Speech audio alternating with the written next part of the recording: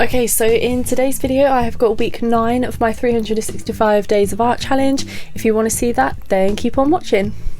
Okay, so the first one that I decided to do this week was this just like mark making one basically.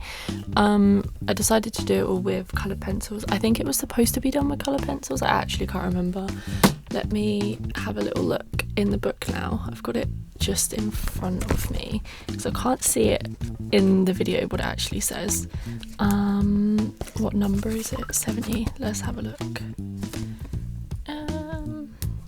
Either way, I decided to do it with pencils. Yeah, using coloured pencils. I've just found it. So I decided to kind of go along with the colours that were already on like the example ones. So I just went with like pinks and purples, just did some like blending together, just some simple mark making as well, just to kind of, you know, explore what it says to explore, basically applying more or less pressure, you know, using the side of the pencil as opposed to like the point of the pencil, like the tip of the pencil. Do you still call it that if it's a pencil rather than a pen? I don't know. That's what I'm going to go with anyway. So yeah, I just went through and made loads of different marks. I actually, to be honest, I'm editing this now in July, but I filmed this in like February, and I basically lost a bunch of, well, I didn't lose a bunch of the clips, but they sort of like corrupted and they went really weird. So I was trying to sort of like sort them out and recover them. And in the process of doing that, I kind of just lost motivation for actually like editing it and uploading it, which is another reason for me having like 4 months away from uploading. But yeah, anyway, this next one that I did was another mark making one, which I did with black watercolor. I just sort of did, you know, similar sort of squiggles with different pressures and different angles of holding the pen, like in the prompts. I did some with like quite a lot of water, some with not really a lot, so obviously it creates different effects, different textures. So I just, you know, did that one. And then the following one I did was this one, which was like a calligraphy practice one, just sort of, you know, with the pressure of getting, you know, writing different things and the pressure. I don't really know what I'm saying if you couldn't already tell, but yeah, I kind of chose this week to do a lot of different mark making ones and just sort of get some practice in with those. They're also really quick and easy to do, so if there's one where, you know, you've had like a busy day or you haven't really got a lot of time to actually fit it in, these ones are really, really simple to do, just because obviously you know, they literally take like 10-15 minutes, not even that, to do. I mean, all of them can take you 10-15 minutes if you really want them to, but there are a lot more in here that I would rather take a bit more time doing, and put a little bit more effort into, whereas these mark making ones, you can kind of just do them, like I say, in sort of 5 or 10 minutes. Obviously this one was another one that I did, just sort of lines, just practicing with pressure. So that one, to be honest, didn't go fully great for me, but I think that might have something to do with the brush pens I'm actually using, because they're quite thin. They will never really come out as thick as what the like prompt and the example one comes out as, because the particular pen that I use isn't that thick. Obviously if I bought a thicker one, then it would come out more similar to the actual prompt, but I'm fine with it not. I still think it looks cool, and those brush pens I will actually use afterwards to sort of, you know, create art with. So I didn't really want to buy one that was really thick because I probably won't use it that much after I finish this book. So yeah, that was sort of my main reason for going for a thinner one rather than one thick enough to make those marks and make them look exactly how the prompts do. But anyway, I then moved on to this sort of like colouring one and blending one. So this one, as you can see, I did with coloured pencils, and I just sort of picked different colours that I thought would match well together. Another sort of helpful bit of advice for these ones is pick colours that will blend well together, because if they don't blend well together, that bit in the middle is then going to become really sort of like muddy, and it's not really gonna, you kind of defeat the point of the task here. So that, like this one for example, this yellow and green that I did, you can see that it took me sort of like layering up a couple different layers of the green and the yellow in the middle for the colour to actually blend properly.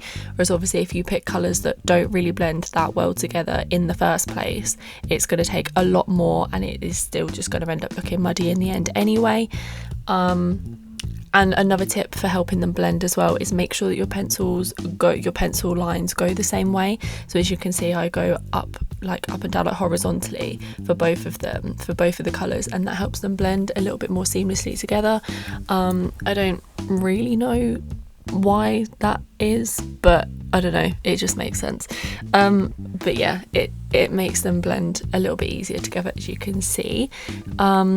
So yeah, I was just kind of, for this one, sort of just going through the different pencils that I had, seeing what different colours I had and seeing which ones I thought would work well together. As you can see, I've got quite a few different mixes of colours here. So yeah, I enjoyed doing this one. Again, it was quite a relaxing one that didn't really take too much time, but one that helps with future projects. You know, you can go back and look at this and see which different colour combinations you like together and which ones, you know, you don't like as much, or yeah, which colours you think would look nice together in future. It's similar to the ones that we've done in previous weeks with the squares that we sort of just colour in the squares. You can go back to those and see which particular colours you like and which ones sort of work well together. But yeah, moving on to this one. This one was just sort of like a colouring one, colouring like the different, I think they're called like pebbles in the book, pebbles or stones or something like that. So to begin with, I was going to have these all different colours, but because of the opposite page being mainly blue with like a little bit of like purple in there, I decided to go for a similar colour theme, just so that the two pages sort of work, although they're separate pieces, just so that they kind of work a little bit more cohesively together. And then that way, when you're flipping through the book, they don't look odd next to each other. I kind of like to do that for most of them. If they are next to each other on a page, I like to make sure that they would work cohesively next to each other, rather than, like I say, having all the colours clash on a page next to another piece. Because at the end of the day, although this is just a book and none of these are going to be displayed, I do want them to look good together. So that was part of the reason that I chose those colours. I was originally going to keep it like basically fully blue, but I ended up deciding that it would look better with a little bit of purple in there as well. I was kind of running out of different blues as well, and there's only so many times that you can water it down a little bit more to make it lighter. So yeah, as you can see here, I started adding in some purples, and overall I do think it looks good with the purples in. It sort of like breaks it up a little bit, and then I don't have too many of the same blues next to each other. So yeah, I do think that ended up working out quite well. And obviously, as you can see, I used a range of watercolour and pencils here to create this, for the different textures and, you know, just the different styles sort of working together. In art in general, I do quite like using pencils and watercolours together.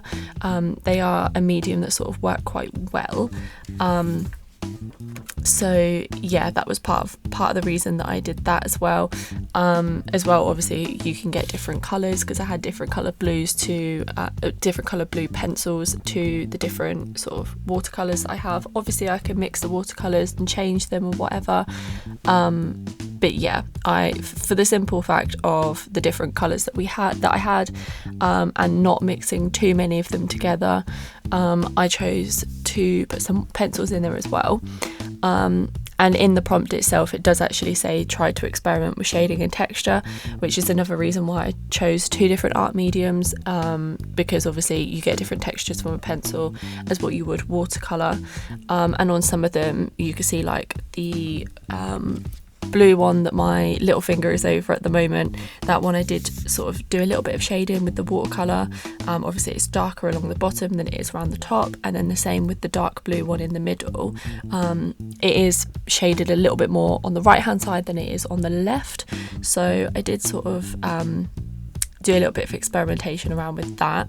But after I'd finished this last one, I just thought it looked a little bit flat and a little bit unfinished, so I then went in with a fine liner and just sort of outlined a few bits. So I have done this for different ones in the past. I can't remember exactly which one it was.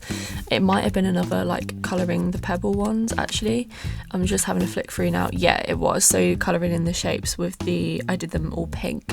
So this one I decided to go around and do a similar thing. Obviously this one you can see I'm doing a little bit of stippling to add a little bit more texture onto that one. I didn't really do that on too many of them. I think it was just that one that I actually did that on, just to sort of experiment with another texture. But yeah, that was sort of where I went with that one. And I do really like the effect of having the fine liner go around as well, because I don't necessarily have them look perfect. I don't outline them exactly. You know, I have like 2 or 3, sometimes 4 lines that go around, just to kind of add a little bit of something to it rather than just having coloured in shapes.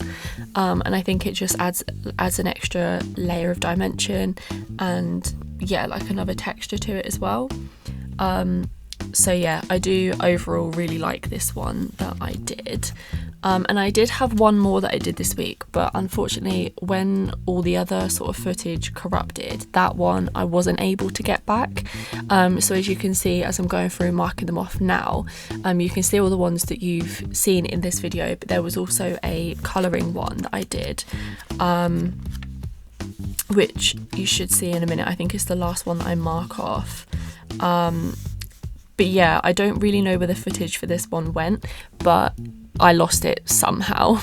So that was week 9 of my 365 days of art challenge. Let me know down below what your favourite was, and if you have any ideas for future prompts that are in here. But other than that, make sure to like, comment and subscribe, and I'll see you next time. Bye!